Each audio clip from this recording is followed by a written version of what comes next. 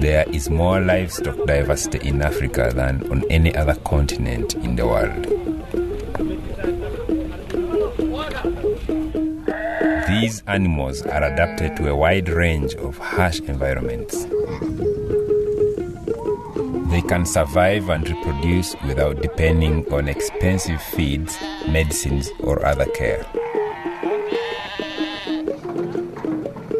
But the past 20 years have forced great changes on livestock keepers in Africa. People now need to make regular incomes from their farms. Expanding mostly urban markets for livestock products offer rare money-making opportunities. Some indigenous breeds are disease-resistant and others can withstand feed and water shortages. However, most of them are small, give little milk or meat, and so do not meet farmers' needs for food and cash. Millions of poor livestock keepers are importing or crossbreeding to get more productive livestock. This is happening so quickly that some purebred local animals are increasingly hard to find. Today, problems like climate extremes, crop failures, and disease outbreaks mean the less resilient imported or crossbred animals are dying more and more frequently, leaving growing numbers of people hungry. In the past, the hardy indigenous livestock provided security for their owners. Now, there is the real danger that many of Africa's indigenous livestock breeds will disappear, just as their hardy traits become more and more important for food security across the region.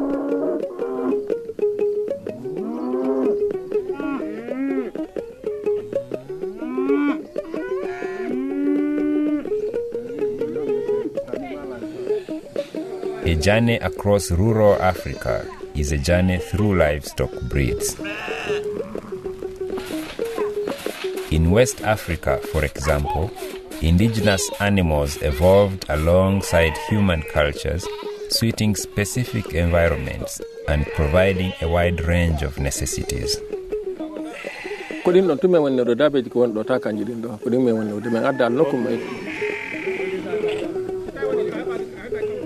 Bali be gatto fono do ko dum don di awdu do men jogi gila ko ndi men tay mo ba men jogi ko ndi men jogi men addu al nokku men watte dum do.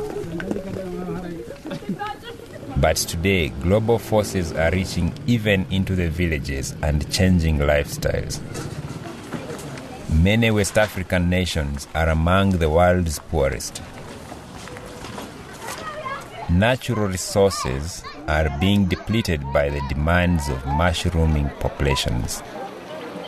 Most people in the region still support themselves through small-scale agriculture.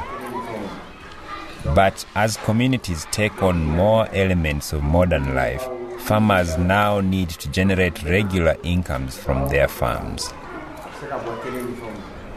Life expectancy has gone up, while unused land available for expansion has shrunk. Making money from farming is getting increasingly hard. Tout ceci doublé de la pression démographique.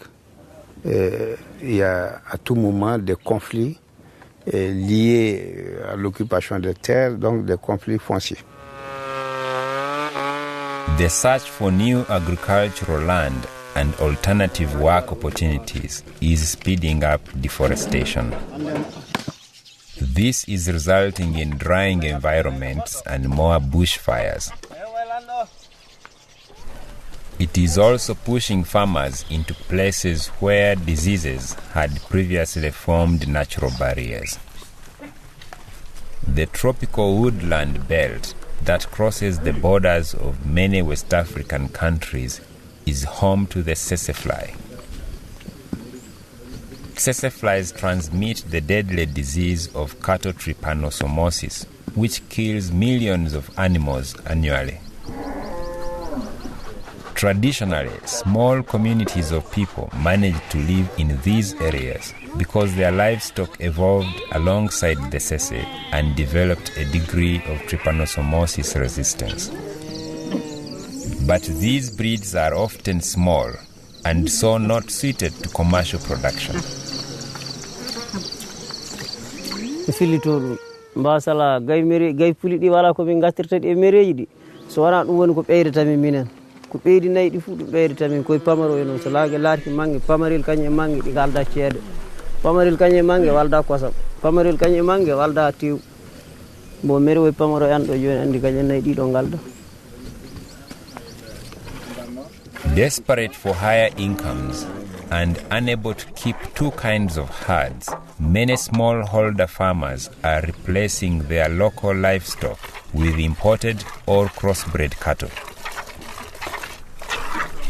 These changes are affecting huge areas in Mali and other African countries. Bon, la minim deba ke ka flamisi do angam sila jasa ai sorobe buya. Deba kakake mote ni mintake. Kama yele mara ka temeneta ka. Abe santan durubo abe santan ni. Forest clearance for agriculture is beginning to reduce places where the Sese can breed, but remaining infested areas are still very large. At the same time, populations of less hardy imported or crossbred cattle are growing quickly. These animals need good feed and water, but forest clearance and pressure on natural resources are degrading environments. Large numbers of animals are increasingly vulnerable to diseases, and trypanosomosis therefore kills millions of livestock annually.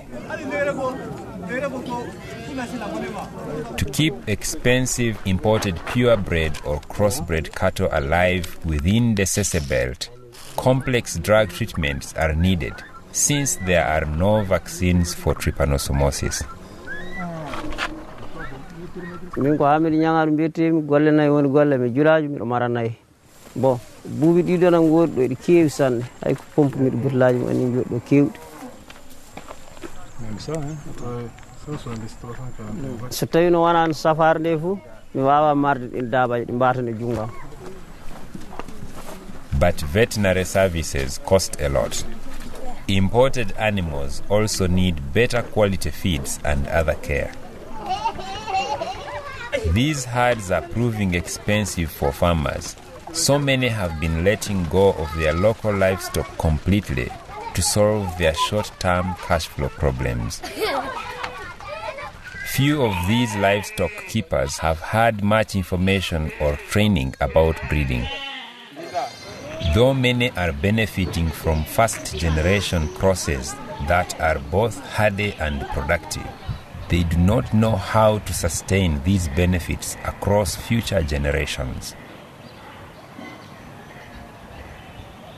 Missing is the understanding that a stock of purebred trypanotolerant cattle is key to their continued success as dairy and meat producers. Local livestock breeds are therefore disappearing in many places, just as environments are also degrading. Increasing drought and disease episodes are causing many animal deaths. Ensuite, il y a beaucoup d'autres maladies tropicales qui sont là, qui existent depuis des siècles, depuis des années, auxquelles le bétail local est adapté, qu'une race exotique ne peut pas. Les parasitoses, toutes les maladies sanguines, tout ça, c'est des maladies purement endémiques qui sont là. In early 2000, this situation became so serious that national research and development institutes from the Gambia, Mali, Senegal, and Guinea came together with international scientists. Out of this unusual partnership grew a research and development project aiming to characterize remaining indigenous livestock breeds and advise on the best ways for farmers to benefit from them and use them sustainably. As a first step, the team members chose representative sites in the Gambia, Guinea, Mali, and Senegal in places that gave examples of the advantages of indigenous animals. These sites were selected because people still practice production systems involving indigenous livestock. Large tsetse numbers pose acute disease problems, and natural resources have on the whole survived recent changes. One of the ideas behind the research project is that the hardy genes within these breeds might become useful for food security across the world as climates become more variable and extreme. But it is not possible to expect poor farmers to conserve breeds that do not make them enough money. By working to improve animal breeding, feeding and healthcare, as well as environments, the project aims to raise productivity within indigenous herds so that farmers have good reason to go on using them. Les animaux dits performants seront sélectionnés et placés dans les élevages traditionnels pour améliorer la production et la productivité, c'est-à-dire la production laitière et la production bouchère de l'Andaman.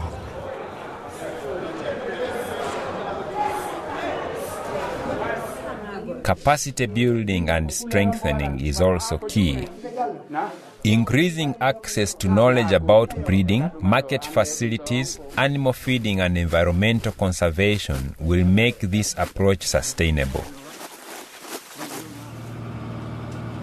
Market and credit access are being targeted, along with processing and commercialization infrastructures. La prochaine étape vise essentiellement à passer à la réalisation des infrastructures qui permettront de valoriser le bétail endémique. Je vais parler de la réalisation de marchés à bétail, la réalisation de centres d'abattage et la réalisation de mini-laiteries.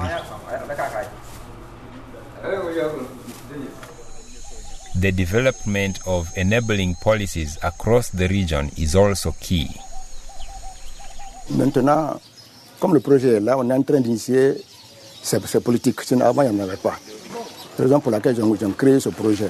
Parce que le problème de devoir de bétail, c'est monnaie courante ici. Si maintenant, si les bœufs sont protégés, je crois que ça sera la bienvenue pour la communauté. The bottom line is to improve the value of these animals by improving their productivity, by improving their market value, and by also changing policy. So if you put all this together, these animals will be getting more appealing to the farmers. The spotlight of climate change is highlighting issues surrounding the conservation of indigenous livestock. This project is designing ways to assess what might be useful and needs to be conserved before it is too late. This is the first project targeting management of domestic animal genetic resources. And the lesson we'll be learning from this project will be valuable for Asia, for Latin America, for any other place in the world where the same problems are being faced.